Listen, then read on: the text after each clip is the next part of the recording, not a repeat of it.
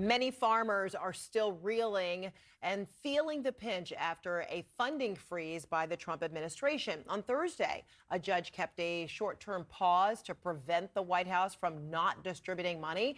It was part of a case brought by a group of nonprofits. Last month, the Office of Management and Budget issued a blanket pause on spending and loans. And even though that order was rescinded days later, some farmers say they are still not getting paid, adding an extra burden. Well, we've been interviewing our next guest for years now as he has fought tirelessly to help keep black farmers in business across the country, taking his fight to Washington many times over.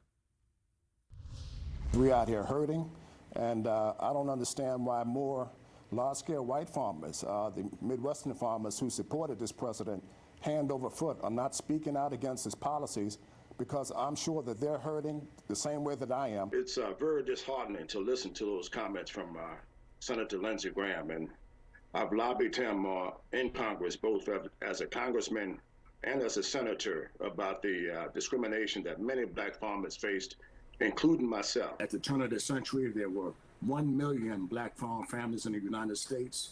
We were tilling 20 million acres of land. We're now down to 3.5 million acres of land and roughly hovering about 50,000 black farmers. Joining us right now, John Boyd Jr. He is the founder and president of the National Black Farmers Association. You've been very consistent over the years. My look has changed a lot over the years, hair length and all, but great to see you.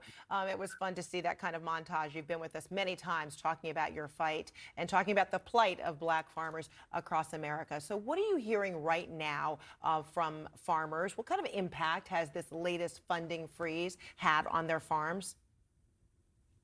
Well, this is a very troubling time in America for farmers.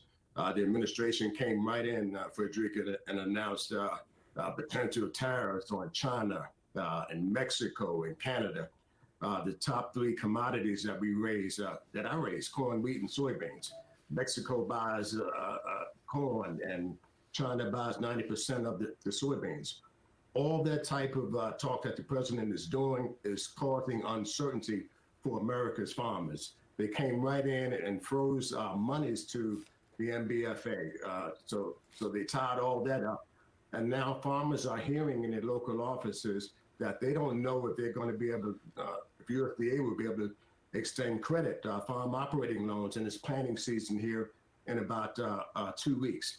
The only group of farmers that I've heard the president says he supports are white farmers from South Africa that he wants to bring here in the homestead and more of a resettlement type program. So, and he says that those farmers have faced discrimination in South Africa, but he won't help America's black farmers right here at home. We never got our land out of federal inventory, Frederica. So right now things are in the tailspin, and this president is at the core of it. Someone mentioned mafia. I'm gonna go a step further. The president is operating almost as he's a dictator, going around Congress. He's going around the courts. The decisions that we see coming out in the courts, to me, haven't been aggressive enough to put this president back in the box so that we can get on with the right type of policies in this country.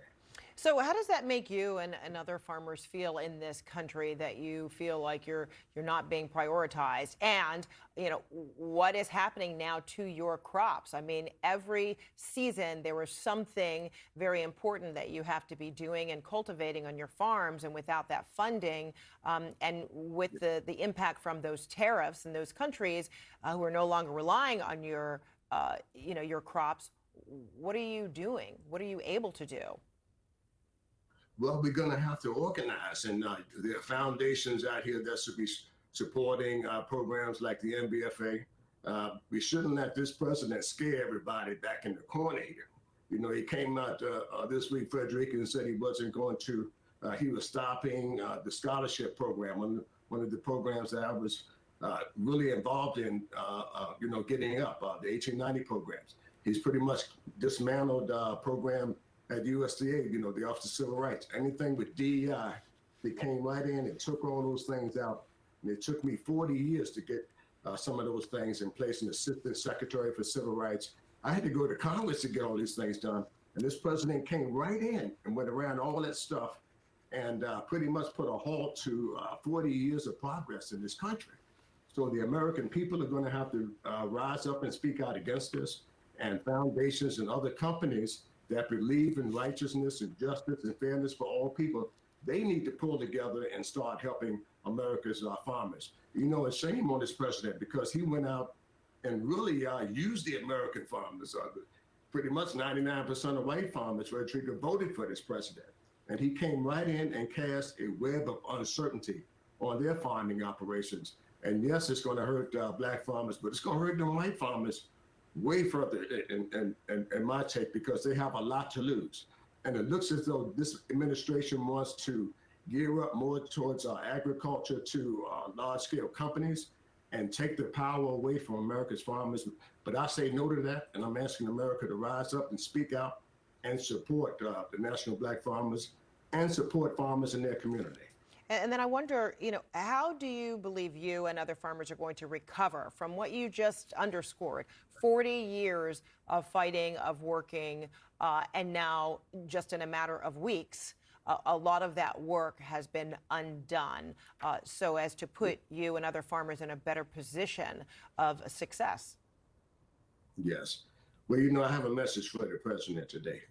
You know, black farmers, we survived slavery. We survived Jim Crow. We survived sharecropping. And we're going to survive this president by the grace of God. And there's somebody over him. You know, he's running, calling himself the king and all kinds of stuff. I got a message for the president. There's somebody higher than you. He's sitting up high and he's looking low and he doesn't like what you're doing. And Tom Frederica is his answer. But as a black farmer, I'm going to get out and organize and see what we can do to pull together to help ourselves while the government says that they don't want us and they want to help white farmers and all this stuff. We're going to keep fighting the way that we've been fighting in this country for survival. All right, John Boyd Jr., President of the National Black Farmers Association. Always good to see you. Thank you so much. Thank you so much for having me. We'll be right back.